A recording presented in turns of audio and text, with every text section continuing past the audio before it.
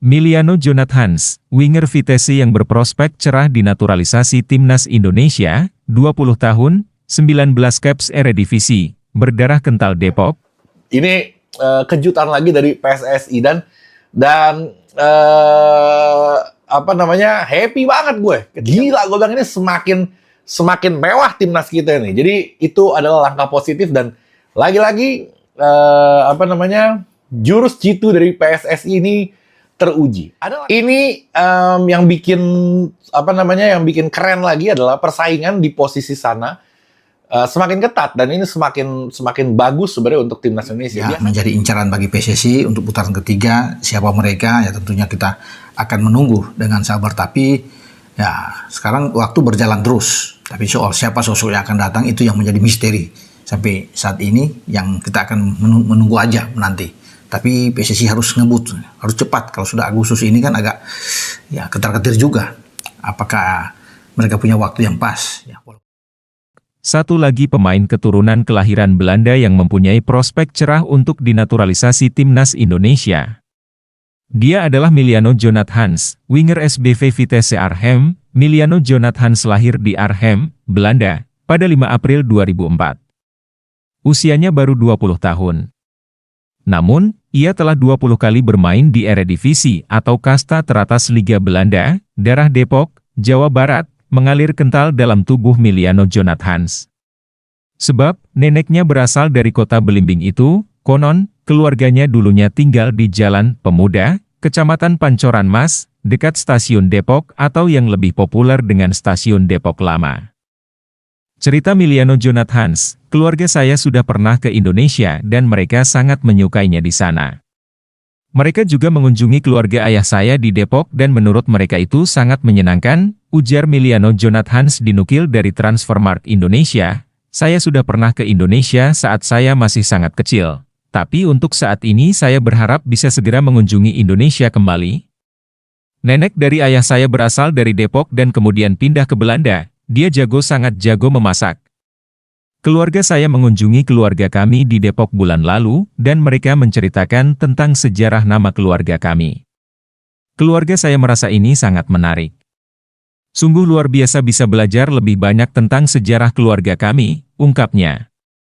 Promosi ke tim utama pada 2022, Miliano Jonathans diyakini adalah keturunan marga Jonathans, satu dari 12 marga Belanda di Depok. Miliano Jonathans adalah produk dari Akademi Vitesse yang dipromosikan ke tim utama sejak 2022.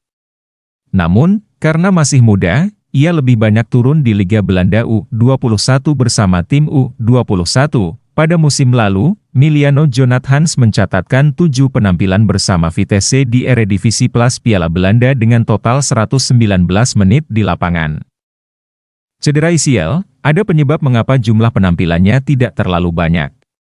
Pada September 2023, ia mengalami cedera ACL yang memaksanya absen hingga akhir musim. Untuk musim depan, Miliano Jonathans harus bermain di Eerste Divisie atau kasta kedua Liga Belanda karena Vitesse terdegradasi dari Eredivisie pada musim lalu, pada awal Juli 2024. Miliano Jonathans mengunjungi Jakarta dan bertemu dengan tenaga ahli Menpora bidang potensi pemuda dan diaspora, Hamdan Hamedan, yang notabene berpengalaman mengurus naturalisasi. Timnas Indonesia senior baru saja memastikan tiket lolos ke babak ketiga kualifikasi Piala Dunia 2026 zona Asia. Timnas asuhan Shin Tae-yong melengkapi 18 nama tim-tim Asia. Di putaran ketiga yang dijadwalkan pada 5 September mendatang dipastikan perjuangan timnas semakin berat. Sebelumnya di babak kualifikasi kedua timnas mengemas 3 kemenangan dan sekali imbang. 3 kemenangan tersebut didapat atas 3 rival timnas di Asia Tenggara yakni Vietnam dan terakhir timnas menang melawan Filipina dengan skor 2-0. Mungkin bisa dilihat secara psikologis memang ada kesulitan juga bagi kita. Namun, berkat kerja keras pemain di lapangan, kita bisa mencetak sejarah. Baru dan kita akhirnya lolos ke ronde ketiga kualifikasi Piala Dunia 2026, kata Shin Tae-yong dilansir dari laman PSSI. Shin Tae-yong sadar bahwa di putaran 3 nanti tim-tim yang akan dihadapi oleh timnas Indonesia akan jauh lebih kuat. Asnawi Mangkualam berpotensi bertemu raksasa-raksasa Asia, seperti Australia, Jepang, Iran, Korea Selatan, Qatar, Arab Saudi, hingga tak menutup kemungkinan bisa bertemu Irak kembali. Memang kami sudah lolos ke ronde 3, dan tidak ada lawan yang mudah bagi kami, apalagi tim kami berada di ranking 134. Jadi bisa dibilang kita tim yang paling lemah, tapi saya akan tetap berusaha mencapai mimpi saya dan kami tidak akan mudah menyerah. Kami akan mempersiapkan tim ini agar semakin baik dan berusaha semaksimal mungkin di putaran 3, tukasnya.